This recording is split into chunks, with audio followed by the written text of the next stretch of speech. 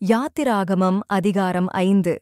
பின்பு மோசேயும் ஆரோனும் பார்வோனிடத்தில் போய், இஸ்ரவேலின் தேவனாகிய கர்த்தர் வனாந்தரத்திலே எனக்கு பண்டிகை கொண்டாடும்படி என் ஜனங்களைப் போகவிட வேண்டும் என்று சொல்லுகிறார் என்றார்கள்.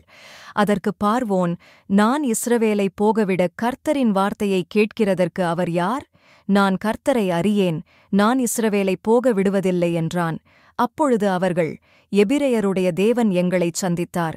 நாங்கள் வனாந்தரத்தில் 3 நாள் பிரயாணம் போய் எங்கள் தேவனாகிய கர்த்தருக்கு பலியிடும்படி போகவிட வேண்டும். போகாதிருந்தால் அவர் கொள்ளை நோயும் பட்டயமும் எங்கள் மேல் வரப்பண்ணுவார் என்றார்கள். எகிப்தின் ராஜா அவர்களை நோக்கி, மோசேயும் ஆரோனுமாகிய நீங்கள் ஜனங்களைத் தங்கள் வேலைகளை விட்டு கலையப் பண்ணுகிறது என்ன? உங்கள் சுமைகளைச் சுமக்கப் போங்கள் என்றான். பின்னும் பார்வோன், இதோ தேசத்தில் ஜனங்கள் மிகுதியாயிருக்கிறார்கள், அவர்கள் சுமை சுமக்கிறதை விட்டு ஓய்ந்திருக்கும்படி செய்கிறீர்களே என்றான். அன்றியும் அந்நாளிலே பார்வோன் ஜனங்களின் ஆளோட்டிகளையும் அவர்கள் தலைவரையும் நோக்கி, செங்கல் வேலைக்கு நீங்கள் முன்போல இனி ஜனங்களுக்கு வைக்கோல் கொடுக்க வேண்டாம், அவர்கள் தாங்களே போய்த் தங்களுக்கு வைக்கோல் சேர்க்கட்டும்.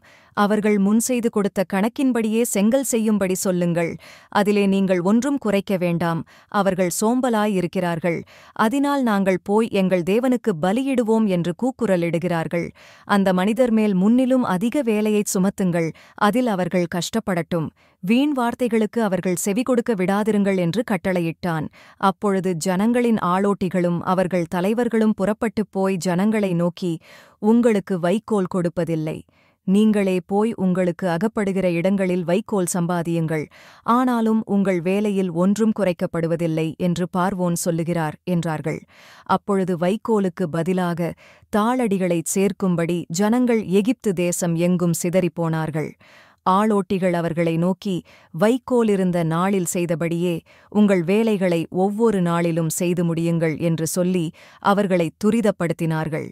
பார்வோனுடைய ஆளோட்டிகள் இஸ்ரவேல் புத்திரர் மேல் வைத்த அவர்களுடைய தலைவர்களை நோக்கி, செங்கல் வேலையில் நீங்கள் முன் செய்தது போல நேற்றும் இன்றும் ஏன் செய்யவில்லை என்று கேட்டு அவர்களை அடித்தார்கள்.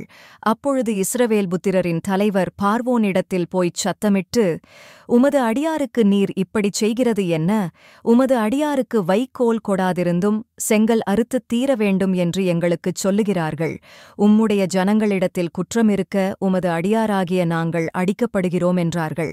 அதற்கு அவன், நீங்கள் சோம்பலாயிருக்கிறீர்கள், அதனால்தான் போக வேண்டும், கர்த்தருக்கு பலியிட வேண்டும் என்கிறீர்கள்.